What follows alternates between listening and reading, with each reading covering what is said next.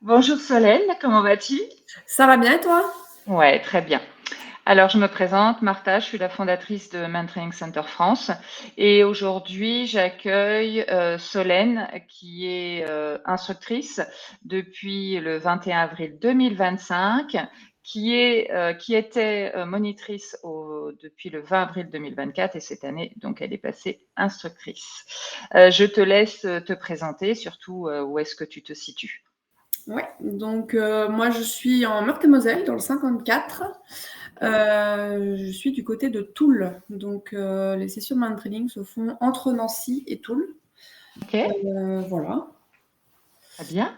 Qu'est-ce qui t'a motivé à proposer le man trailing? Alors, j'ai une histoire un petit peu particulière puisque avant d'adopter Olia, Olia c'est mon épagnol. Je l'ai adopté, D'accord, elle était chiot. Et avant son adoption, j'étais phobique des chiens. Donc, d'accord. autant dire que le monde canin, moi, j'y connaissais absolument rien. Mhm, en C'était effet. pas quelque chose qui m'intéressait à l'époque. Et donc, après l'adoption d'Olia, j'ai adopté Opal en 2019. Donc, Opal, c'est ma croisée bosseron. D'accord, qu'on voit sur la photo en bas, en Voilà, dessous. exactement. Et donc, Opal, je l'ai adoptée en refuge. Elle avait déjà 1 an. On ne connaît Mhm, pas du tout son passé. Et en fait, elle s'est révélée agressive sur l'humain, ce que je ne savais pas à l'adoption. ok. Pour moi, c'est hors de question de la ramener au refuge. Donc, j'ai voulu tout faire pour comprendre ses comportements. Mhm, Donc, je me suis beaucoup renseignée. J'avais une éducatrice. J'ai regardé des vidéos sur Internet. J'ai lu des articles. J'ai voulu vraiment comprendre ce comportement. Et de fil en aiguille, je me suis retrouvée à faire une formation d'éducateur canin. ok. Et donc, je me suis retrouvée dans ce monde canin grâce à elle. Donc j'ai voulu aussi trouver une activité à faire avec elle.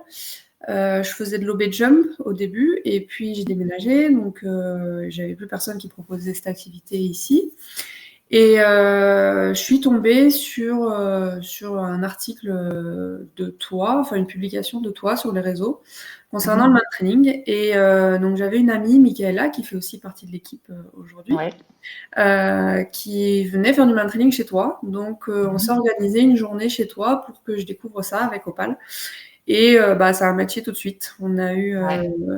voilà, j'ai passé une super journée malgré de la pluie, de la pluie, de la pluie. Ouais. Ma chienne s'est éclatée et j'ai trouvé ça hyper intéressant à comprendre le travail du chien, etc. Toujours dans cette compréhension au Mm, final du chien. ok. Et donc ensuite, j'ai fait une formation encore une autre formation d'éducateur canin. J'ai passé un brevet professionnel. Et pendant Mhm, cette année de formation, donc tu es venu pendant une semaine pour nous initier au man training. Et donc, voilà, ça n'a fait que confirmer mon amour pour cette discipline. Et ça me paraissait donc évident de me lancer dans cette activité par la suite et d'en proposer à des clients, surtout que chez moi, il y a pas grand monde qui en propose. mhm, En fait, si j'en proposais pas, je pouvais pas en faire. Et puis voilà, je continue puisque j'adore reconstruire les chiens de mes clients.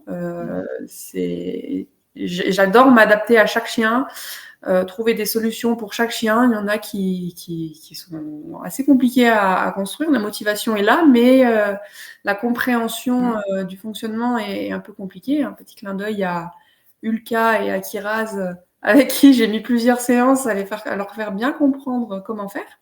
Ouais, Mais voilà, j'adore faire ça. d'accord. Est-ce que tes deux chiennes ont la même façon de travailler? Alors, pas du tout. Donc, au départ, je voulais faire du man training avec Opal. Mhm, Finalement, j'en fais plus avec Olia ouais. parce que Olia est quand même plus motivée et déterminée que Opal. Opal Mm, aime ça, mais dès que ça devient un petit peu plus compliqué, voilà, je lâche un peu et je ouais. trouve que Olia est quand même plus déterminée. Maintenant, j'en fais Mm, quand même avec les 2. mhm. Juste Olia, je pousse un peu plus. C'est avec elle que je me construis dans le man training. Et Opal, on fait plus du man training pour le fun. D'accord, ok, ça marche. Est-ce qu'il y a quelque chose qui te tient à cœur et dont tu voudrais parler sur cette visio? Ouais,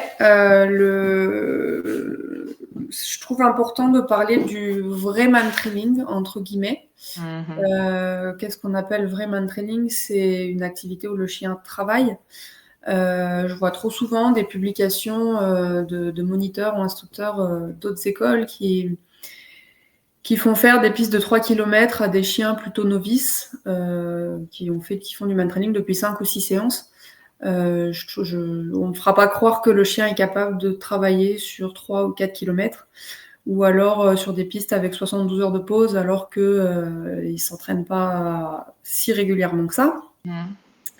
Je trouve ça assez aberrant et même mes clients s'en rendent compte puisque j'en ai certains qui m'en parlent, qui me demandent mais comment c'est possible?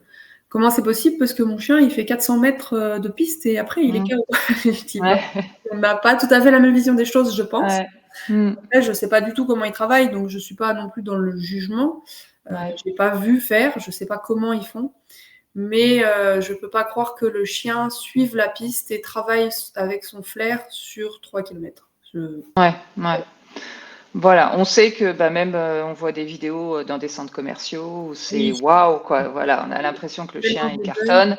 Exactement. Et puis en fait finalement quand tu analyses les vidéos qu'on voit, et ben tu vois que le chien il est poussé, que les gens sont très proches, qu'on valide verbalement dès que le chien prend une décision. Donc, que ça soit du man training loisir et que les gens fassent ça, pourquoi pas, hein, d'accord? Mais il faut surtout pas faire croire aux gens que leur chien, c'est les meilleurs du monde en pistage.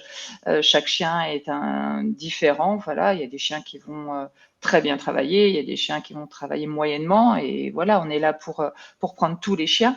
Mais c'est vrai, tu as raison, malheureusement, je récupère de plus en plus de clients comme ça, où eh ben, les gens croient que leur chien travaille très très bien. Moi, là, j'ai une cliente qui a 3 chiens, qui a débourré ses 3 chiens avec la même personne. Et en fait, ces 3 chiens ont la même façon de travailler, c'est-à-dire que bah, quand je leur ai posé la piste, ils ne savaient pas ce qu'il fallait faire. Donc voilà, on voit de tout. Il faut que les gens aillent voir un petit peu ailleurs et puis voir comment ça se passe ailleurs. Enfin voilà. Mais c'est vrai que nous, ce qu'on essaye de proposer, c'est comme tu dis, du véritable man training. Donc on essaye de faire les choses le plus honnêtement possible et puis avec chaque chien, on fonctionne voilà différemment avec chaque chien. Donc voilà. Tu as, je crois, un événement, 2 événements qui vont bientôt arriver. Oui, alors le 31 août, je serai à la SLPA de Amance, où j'aurai un stand pour présenter l'activité. Ok, Et au mois de septembre, c'est le 28 septembre, normalement, je serai au salon du bien-être animal à Laxou. d'accord. Voilà, pareil, avec un stand pour présenter l'activité, pardon. D'accord, ouais. Tu fais pas d'initiation, je crois que les lieux sont pas adaptés à ça. Exactement, il y aura pas assez de place, il y aura beaucoup trop de monde et voilà, c'est pas du tout adapté. Ok, ça marche. Est-ce que tu as une page Facebook et Oui. Instagram? J'ai une page Facebook et une page Ouais, Instagram, donc c'est ok, tout simplement Man Training Center Solène Jonquet, ouais, ouais, pour les deux. les deux. Ok, ça marche très bien. Eh ben écoute, je te remercie d'être venu faire cette petite visio, Merci hein, à et toi. puis écoute, je te dis à très bientôt. Ouais, à très bientôt. Au revoir. Ciao, ciao.